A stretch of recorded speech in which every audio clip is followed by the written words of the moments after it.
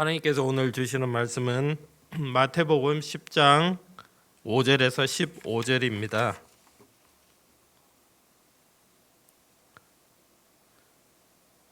마태복음 10장 5절에서 15절 말씀입니다. 같이 함께 읽도록 하겠습니다. 예수께서 이 12를 보내시며 명하여 이르시되 이방인의 길로도 가지 말고 사마리아인의 고을에도 들어가지 말고 오히려 이스라엘 집의 잃어버린 양에게로 가라.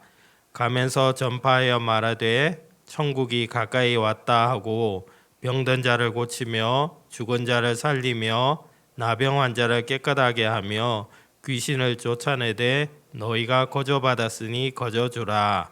너희 전대에 금이나 은이나 동을 가지지 말고 여행을 위하여 배낭이나 두벌옷이나 신이나 지팡이를 가지지 말라. 이는 일꾼이 자기의 먹을 것을 받는 것이 마땅함이라. 어떤 성이나 마을에 들어가든지 그 중에 합당한 자를 찾아내어 너희가 떠나기까지 거기서 머물라. 또 그 집에 들어가면서 평안하기를 빌라.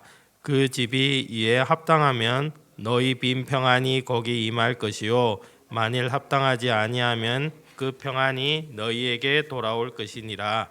누구든지 너희를 영접하지도 아니하고 너희 말을 듣지도 아니하거든 그 집이나 성에서 나가 너희 발에 먼지를 떨어버리라. 내가 진실로 너희에게 이르노니 심판날에 소돔과 고모라 땅이 그 성보다 견디기 쉬우니라. 아멘.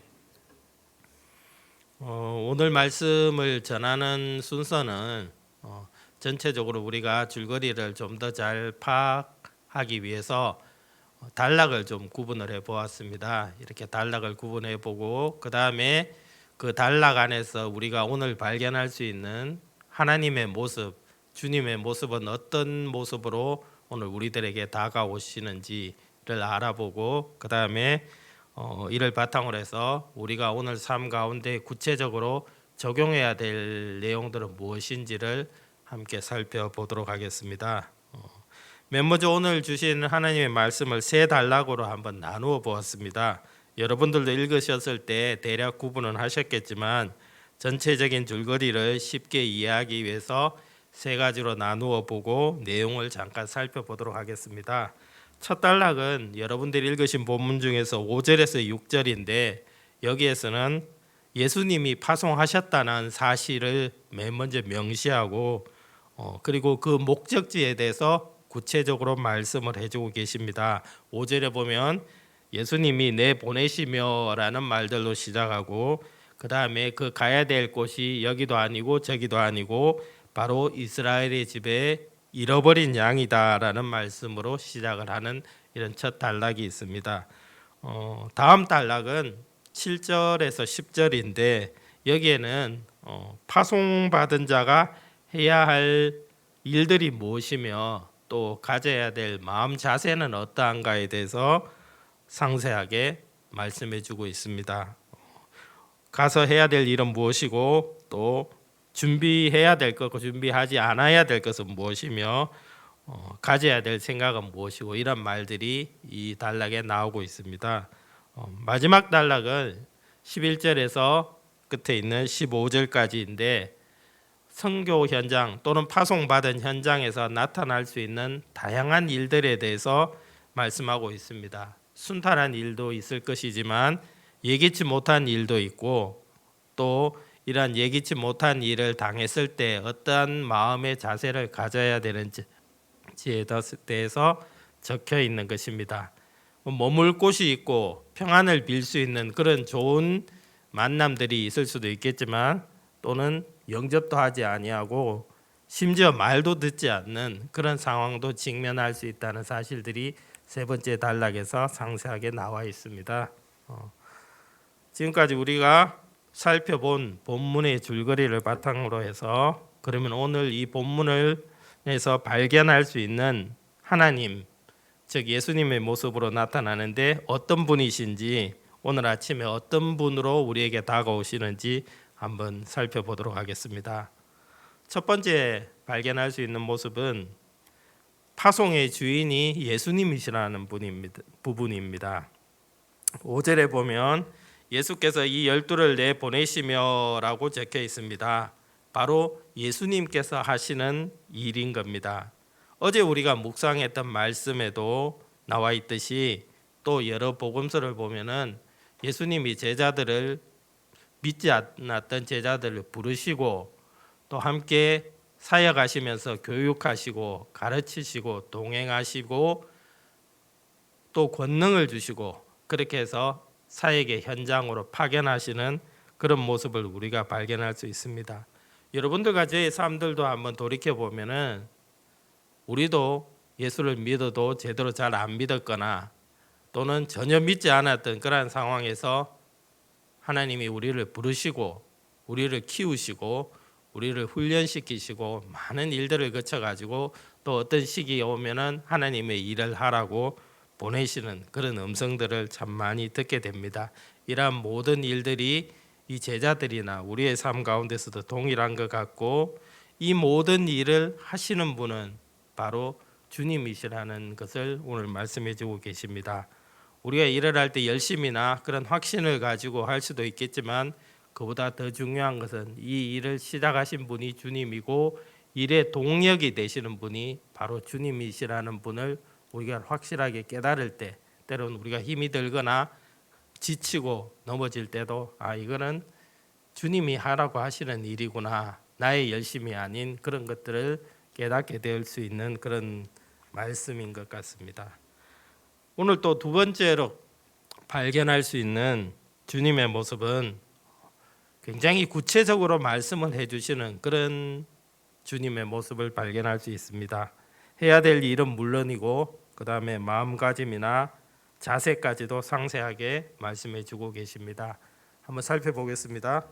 7절에서 8절을 한번 보시면 해야 될 일이 구체적으로 나와 있습니다. 천국을 전파하고 병든 자를 고치고 귀신을 쫓는 이 일인데 이 일들은 여러분들이 아마 많이 들어보셨을 것 같습니다. 이 일은 바로 예수님께서 공생의 기간 동안 하셨던 그러한 일들이고 바로 어제 읽었던 우리 본문에서도 예수님이 제자들과 함께 같이 했던 그런 일들임을 우리가 알 수 있습니다.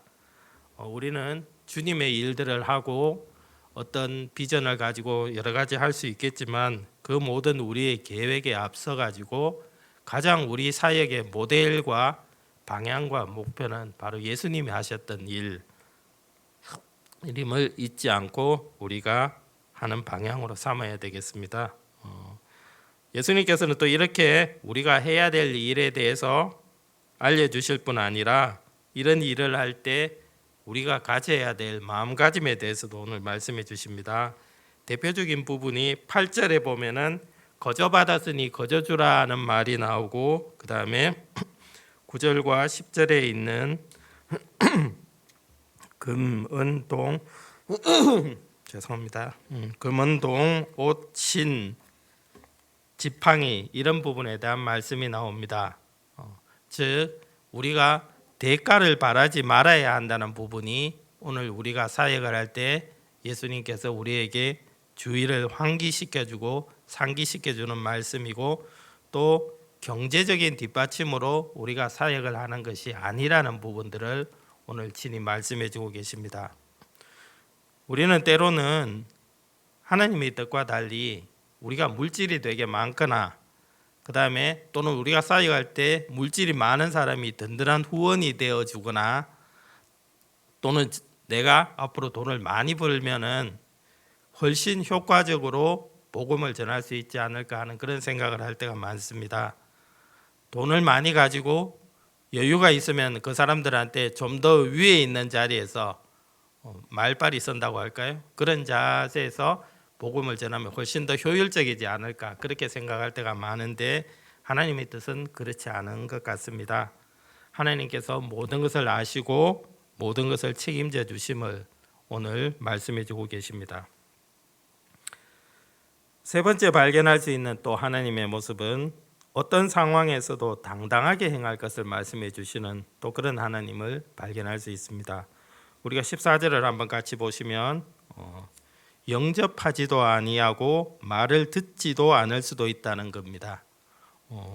하나님께서 하라고 하시는 일들을 우리가 함에도 불구하고 현장에서는 이렇게 우리가 거절도 당하고 또 우리가 예기치 못한 일들을 당할 수도 있다는 사실입니다.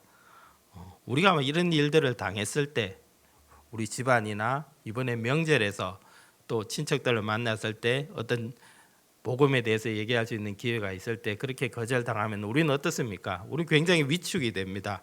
내가 말을 잘못한 게 아닐까? 내가 실수한 게 아닐까?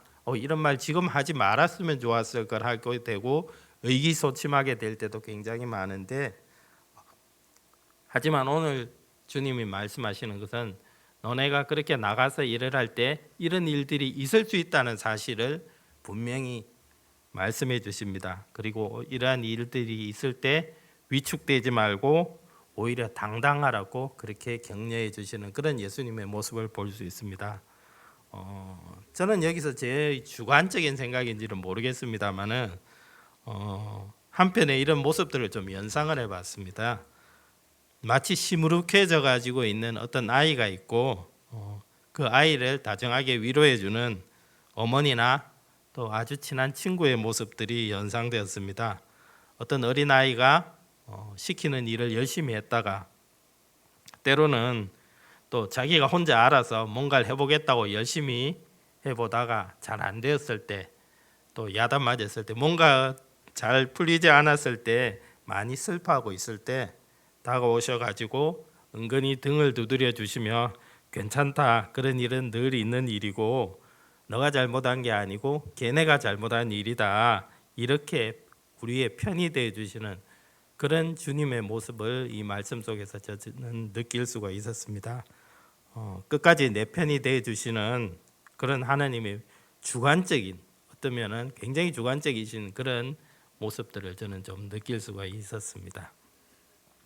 지금까지는 우리가 오늘 본문에서 발견한 하나님의 모습을 알 수 있었다면, 이를 바탕으로 오늘 나의 삶에서 구체적으로 적용할 부분은 무엇이겠습니까? 무엇보다도 오늘 하나님 나라의 확장을 위해서 우리가 해야 될 일이 무엇인지 구체적으로 한번 찾아보시기 바라겠습니다. 6절에서는 오늘의 목적은 이곳도 아니고 저곳도 아니고 바로 이스라엘의 잃어버린 양을 찾아가는 곳이라고 오늘의 분명히 해야 될 일에서 명시하고 있습니다. 여러분들이 오늘 만나야 될 사람들 또는 가정에서 또는 일터 위에서 하나님 나라의 확장을 위해서 해야 될 일을 구체적으로 기도 가운데 발견하시고 또 실천하는 우리가 되었으면 합니다. 그리고 이렇게 실천하는 과정에서 우리가 가져야 된다는 자세는 뭔가를 베푸는 자세, 도움을 준다는 그러한 자세를 가져야 되는 게 아니고 겸손하게 있는 그대로 흘려보낸다는 마음, 그게 바로 오늘 8절에 있는 거저받았으니 거저주라 하는 부분인데, 앞에서 이런 실천을 할 때 우리가 가져야 될 마음 자세인 것 같습니다. 끝으로 우리가 오늘뿐 아니라 일상생활에서도 기독교에 대해서 이야기를 하거나 어떤 복음을 전하는 그러한 일들, 또는 그렇지 않고라도 믿는 자로서 여러 가지 삶의 현장에서 묵묵하게 소금과 빛의 역할들을 해나가고 있을 때 때로는 우리에게 순탄한 길뿐 아니라 거절당하고 외면당하는 그러한 일들을 당하더라도 우리가 위축되지 말고 하나님이 우리의 편이라는 사실을 꼭 기억하면서 우리의 삶들을 당당하게 복음을 가진 자로서 헤쳐나가는 저와 여러분이 되시기를 바라겠습니다. 기도하겠습니다. 하나님 아버지, 오늘 새벽에도 저희들에게 주신 말씀을 가지고 하나님이 어떤 분이신지 배우며 우리가 하나님 나라의 확장을 위해서 부족하지만 조금이나마 노력하려고 할 때 겪게 되는 어려움에 대해서 우리는 어떻게 해석을 하고 어떤 적용을 할지를 배웠습니다.